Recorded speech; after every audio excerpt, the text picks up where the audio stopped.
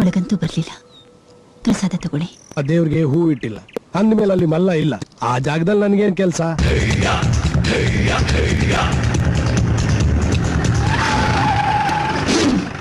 ನಿಂತ್ಕೊಳ್ಳಿ.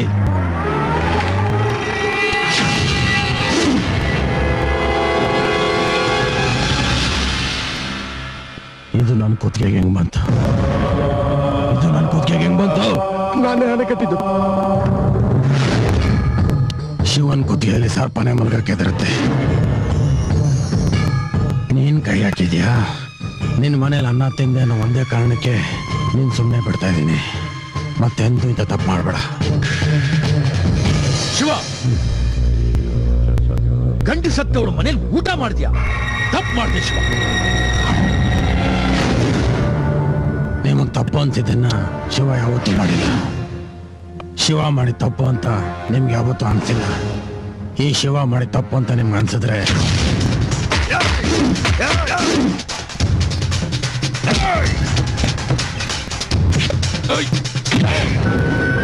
ವಿಧವೆ ಮನೇಲಿ ಅನ್ನ ತಿನ್ನುವಂತ ದರಿದ್ರ ನಿನಗೇನೋ ಬಂತು? ಉಸಿರು ಕಟ್ತಾ ಇದೆಯಾ? ಅವನ್ಗೆ ಹೊಡಿತಾ ಇರೋದು ನಿಮ್ಮನೇಲಿ ಊಟ ಮಾಡಿದಕ್ಕಲ್ಲ, ನೀನ್ ಅವನಿಗೆ ಊಟ ಹಾಕಿದ್ದಕ್ಕೆ. ಅವನಿಗೆ ಉಪ್ಪಿನ ಋಣ ಗೊತ್ತೇ ಹೊರತು ರಕ್ತದ ಬೆಲೆ ಗೊತ್ತಿಲ್ಲ. ಅವನು ಊರನ್ನೇ ಎದೆ ಬಗೆಯೋ ನರಸಿಂಹ ಆದ್ರೆ ಅವನು ನಮ್ಮ ಮುಂದೆ ತಲೆ ಬಗ್ಸೋ ಆಳು. ಅವನು ಹೊಡೆದ್ರೆ ನೋವಾಗುತ್ತೆ, ಆದ್ರೆ ಅವನು ಕೂಗಲ್ಲ. ಇದನ್ನೆಲ್ಲ ನೋಡೋದಕ್ಕಿಂತ ಸಾಯೋದೇ ವಾಸಿ ಅಂತ ನಿಮ್ಗನ್ಸುತ್ತೆ, ಆದ್ರೆ ಆಗಲ್ಲ. ಅವನ ಮೈಯಿಂದ ರಕ್ತ ಸುರಿಬೇಕು. ಅದನ್ನ ನೋಡಿ ಅಳೋಕ್ಕೂ ನಿಮಗಾಗಬಾರ್ದು. ನಿಮಗೆ ಸಂಕಟ, ಆದ್ರೆ ನಮಗೆ ಸಂತೋಷ. ವಿಧವೆ ಬರೀ ಅವ್ರ ಮನೆಗೆ ಅಷ್ಟೇ ಅಲ್ಲ, ಇಡೀ ಊರಿಗೆ ಕಳಂಕ. ಈ ವಿಧವೆ ಮನೆ ಉಪ್ಪು ಅವನು ಮೈಯಿಂದ ಬೆವರ ಇಳಿಯೋರ್ಗೂ ಬಿಡಬೇಡ. ಕುಂಕುಮ ಇಡೋಕ್ಕೂ ಯೋಗ್ಯತೆ ಇಲ್ದವಳು ನಿನಗ್ ತುತ್ತಿಡೋ ಧೈರ್ಯ ಮಾಡ್ತಾಳ?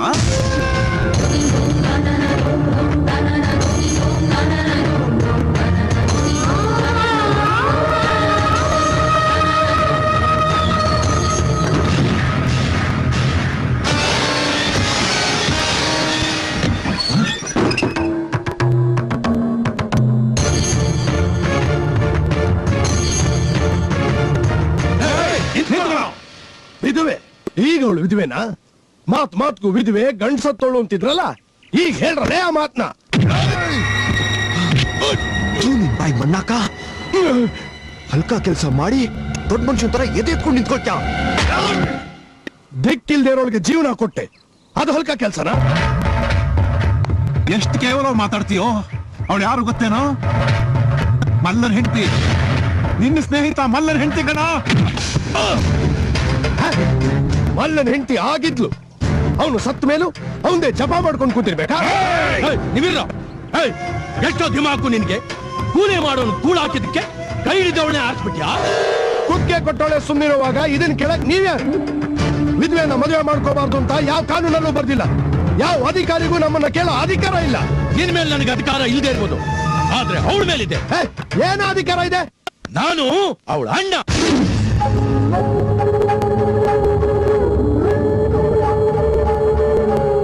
ಕೋಪದಲ್ಲಿ ಏನೇನೋ ಹೇಳ್ಬೇಡ ಶಿವ. ಅವನು ಏನಾದ್ರೂ ಮಾಡ್ಕೊಂಡು ಹಾಳ ಹೋಗ್ಲಿ ಬಿಡು. ಅಷ್ಟೇ, ನಿಮ್ ಕೈಲಾಗದಷ್ಟೇ. ನೀವು ಕೈಲಾಗ್ದವರು ಅನ್ನೋದು ಇಡೀ ಊರಿಗೆ ಗೊತ್ತಾಗ್ಲಿ. ನಡೀರೋ ಮನೆಗೆ. ನೋಡ್ದ ನಾವು ಸುಮ್ಮನೆ ಇದ್ರೆ ಮೀಸೆ ಮೇಲೆ ಕೈ ಹಾಕ್ತಾನೆ. ಭೂಮಿ ಎಲ್ಲಾದ್ರೂ ಪರವಾಗಿಲ್ಲ, ಈ ಮದ್ವೆಗೆ ನಾನು ಒಪ್ಪಲ್ಲ. ಅವಳು ಒಪ್ಪಿದ್ದು ಆಯ್ತು, ಮದುವೆ ಆಗಿದ್ದು ಆಯ್ತು. ನಿಮ್ಮ ಒಪ್ಪಿಗೆ ನನಗೆ ಬೇಕಾಗಿಲ್ಲ. ನಾವಿದಕ್ಕೆ ತಾಳ ಹಾಕಕ್ಕಾಗಲ್ಲ. ಯಾಕಾಗಲ್ಲ? ಇವಳು ವಿಧವೆ, ಈಗ ಅವಳು ಮುತ್ತ ಇದೆ. ತಾಳಿ ಕಟ್ಟಿದ ತಕ್ಷಣನೇ ಮಲ್ಲ ಸತ್ತಿದ್ದು ಸುಳ್ಳಾಗಲ್ಲ. ಕುಂಕುಮ ಅಳಿಸಿದ ತಕ್ಷಣನೇ ಅವಳು ಇನ್ನೊಂದು ಮದುವೆ ಆಗಬಾರ್ದು ಅಂತಿಲ್ಲ. ಇಷ್ಟು ದೊಡ್ಡ ಮಗ ನಿಂತ್ಕೊಂಡು ಇನ್ನೊಂದು ಮದುವೆ ಹೆಂಗೋ ಆಗ್ತಾಳೆ? ಯಾವನ ಮಗ? ಇಲ್ಲೇ ಇಲ್ವೇನೋ?